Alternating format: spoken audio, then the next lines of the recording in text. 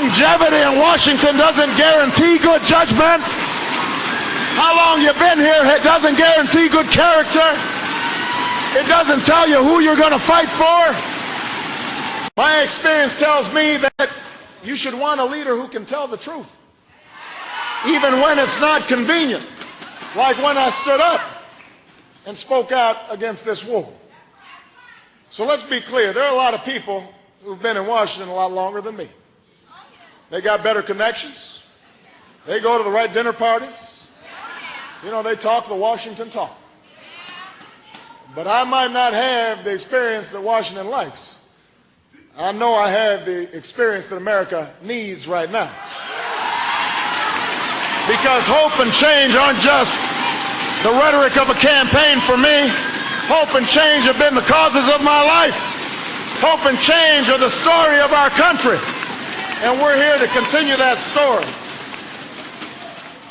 We have a lot of good friends of labor who are running in this election. I admire all of them. But the question I do want SEIU to ask yourselves is not who's talking about your agenda, but who can change our politics in Washington so we can actually make your agenda a reality. And I believe I can do that. But understand this, I can't do it by myself.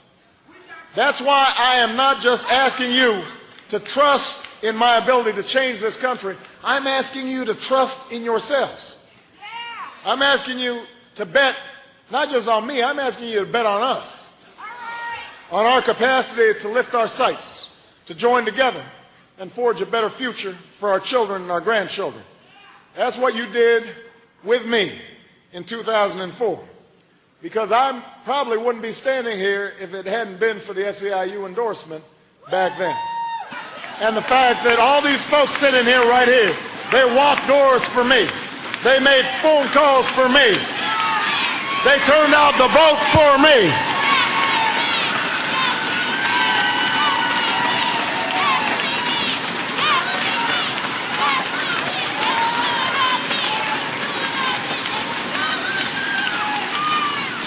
And the reason they did it wasn't just because they thought I was cute.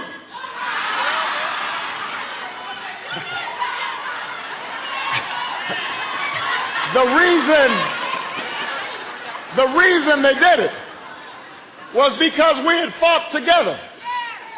We had stood side by side, and we had made sure that folks knew the quality of care that they were getting in hospitals.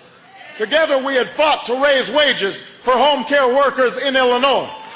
Together we had fought to make sure that hospitals weren't making big profits off people who weren't insured. We had worked together.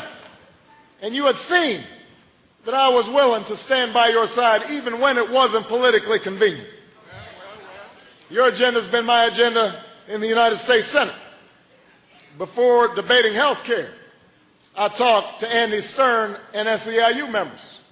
Before immigration debates took place in Washington, I talked with Alcia Medina and SEIU members. Before the EFCA, I talked to SEIU. So we've worked together over these last few years, and I'm proud of what we've done.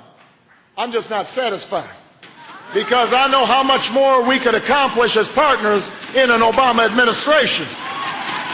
Just imagine what we could do together. Just imagine what we could do together. Imagine having a president whose life work was your work. Why is the Service Employees International Union leading the charge in health care reform? Well, let's start with Andy Stern, the head of SEIU, who visits the White House once a week. When the president met privately with the healthcare industry, only Stern and one other SEIU official were there representing labor. But why does the SEIU get so much sway with the president? Maybe because their union spent $60 million to help get him elected. Stern says they deployed 100,000 volunteers during the campaign, including 3,000 who worked on the campaign full-time.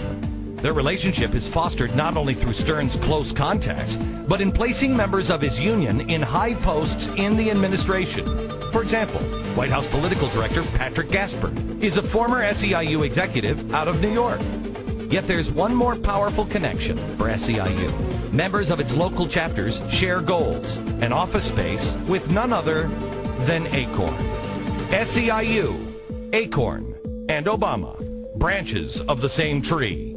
And that's SEIU in a nutshell. It's not who's talking about your agenda, but who can change our politics in Washington so we can actually make your agenda a reality.